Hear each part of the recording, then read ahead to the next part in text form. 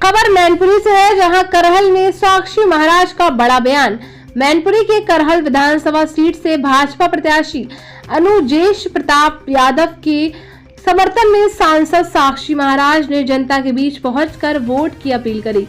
उन्होंने कहा कि हरियाणा चुनाव के नतीजों ने सभी को चौंका दिया और अब करहल में बीजेपी ने ऐसा तुरुप का पत्ता खेला है जिसका जवाब पीडी और अखिलेश यादव के पास नहीं है। उन्होंने दावा किया कि यहाँ की जनता ने मन बना लिया है कि इस बार करहल से भारतीय जनता पार्टी का विधायक बनेगा। बीजेपी और आरएसएस पर विपक्ष की बयानबाजी का करारा जवाब।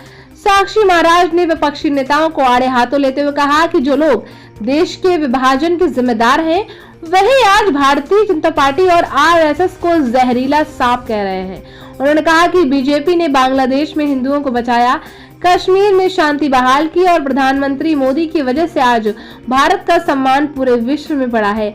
धर्म और हिंदुत्व पर जोर। साक्षी महाराज ने कहा कि बीजेपी और हिंदुत्व के प्रति विपक्ष की नफरत अब खुलकर सामने आ रही है। ये लोग धर्म विरोधी और हिंदू विरोधी हैं, जिन्हें आम जनता की समस्याओं की कोई चिंता नहीं है। उन्होंने कहा कि जनता अब जागरूक हो चुकी है और बीजेपी की नीतियों को समझ रही है। देखिए इस रिपोर्ट में विस्तार से साक्षी महाराज ने क्या कुछ कहा।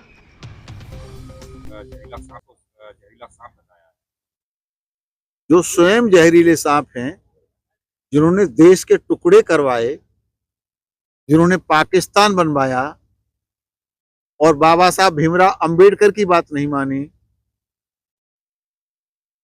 ऐसे लोग जिनकी देन कश्मीर था और आज भारतीय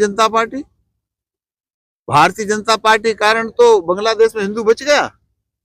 ये भारतीय जनता पार्टी है कि ट्रंप जैसा प्रेसिडेंट अमेरिका में चुनाव लड़ता है तो मोदी की बात करता है और हिंदुत्व की बात करता है।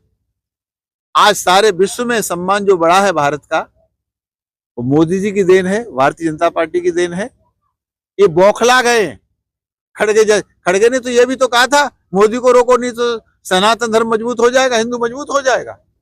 तो ये जितने भी विपक्ष के लोग हैं, चाहे पीडीओ हो, चाहे एंटी गठबंधन हो, ये सारे के सारे राष्ट्र विरोधी हैं, राम विरोधी हैं, धर्म विरोधी हैं, हिंदू विरोधी हैं। इन किसी को भी हिंदू की चिंता नहीं है, किसी को धर्म की चिंता नहीं है। ये साधु सन्यासियों पर, राम के मंदिर पर